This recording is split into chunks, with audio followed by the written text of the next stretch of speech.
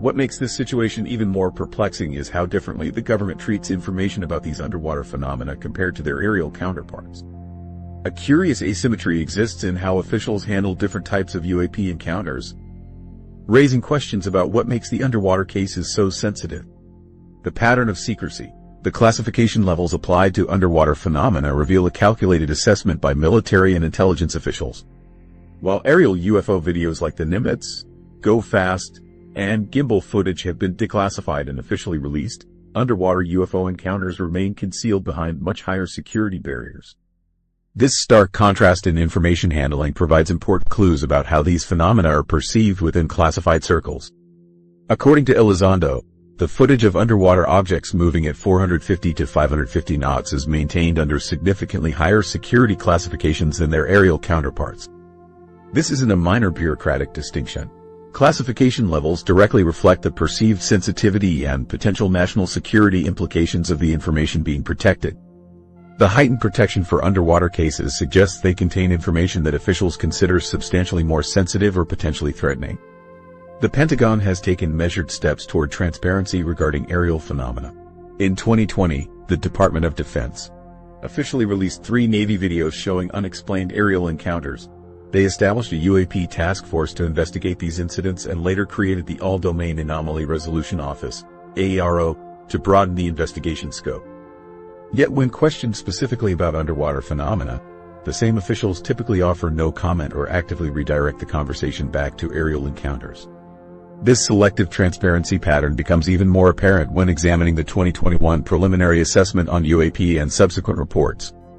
These documents acknowledge transmedium capabilities, objects moving between air and water, but provide virtually no details about underwater operations specifically. The acknowledgement of the capability without elaboration on the underwater component represents a carefully constructed partial disclosure. Naval operations encounter these objects with surprising regularity. Submarine crews, surface vessel personnel, and specialized underwater monitoring systems repeatedly detect anomalous underwater phenomena. According to multiple sources with backgrounds in naval operations, these encounters occur frequently enough that many crews have developed unofficial protocols for dealing with them, despite official denial of their significance. Military personnel reporting underwater anomalies face additional hurdles compared to their counterparts reporting aerial phenomena. Naval crews describing underwater encounters often find their reports subject to higher classification levels immediately, restricting who can access this information. Personnel undergo more intensive debriefings, and in some cases, witnesses report being required to sign additional non-disclosure agreements specific to the underwater aspects of their encounters. This systematic pattern of greater restriction for underwater cases versus aerial ones suggests a deliberate policy distinction. The phenomenon itself isn't being treated uniformly across environments. Instead, underwater capabilities appear to receive special handling, indicating they may reveal more sensitive aspects of these objects' technology or purpose. One compelling explanation for this heightened secrecy involves technological significance. The physics of water movement creates far greater engineering challenges than air travel. An object demonstrating 550-knot underwater speeds with perfect control reveals more about its technological capabilities than the same object flying at equivalent or even greater speeds through air. The underwater environment forces technology to overcome exponentially greater resistance, pressure differentials, and material stress, making the capabilities demonstrated there more revealing about the underlying technology. Naval intelligence has potentially collected far more USO data than publicly acknowledged. The world's oceans are continuously monitored by sophisticated sonar networks originally designed to track submarine movements.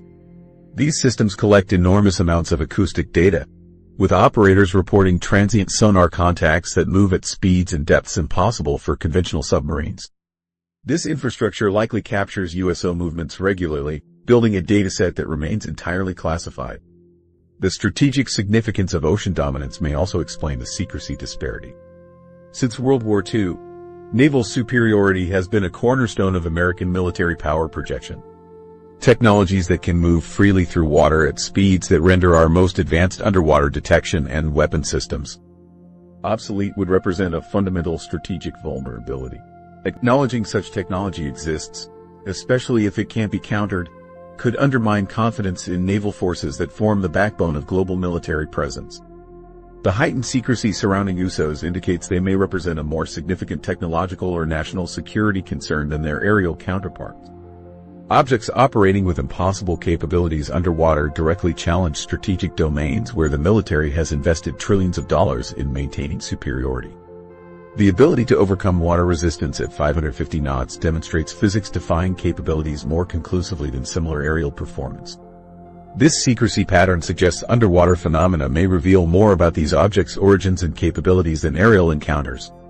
Water provides a more demanding environment that requires more advanced technology to navigate effectively. The seamless transition between water and air, reported in multiple military encounters, demonstrates capabilities far beyond any known human technology. These technological implications may be precisely what the highest classification levels aim to protect from public or adversary knowledge. Internal Pentagon documents obtained through Freedom of Information Act requests have occasionally referenced underwater anomalies, but these references typically appear in heavily redacted sections. The pattern of redaction itself tells a story. Underwater capabilities consistently receive the heaviest censorship, with entire pages sometimes redacted when discussing specific performance metrics or technical characteristics observed underwater.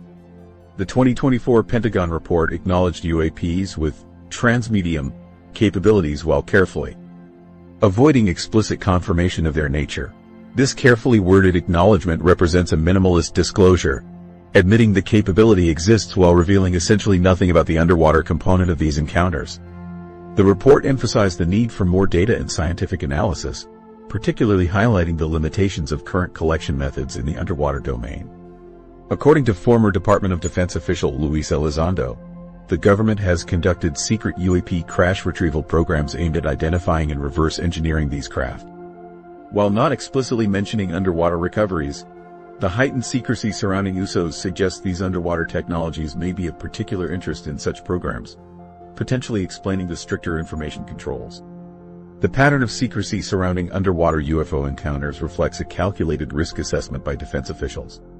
Whatever these objects represent, whether advanced foreign technology, non-human technology, or something else entirely, their underwater capabilities appear to reveal aspects of their nature that officials consider too sensitive for public disclosure.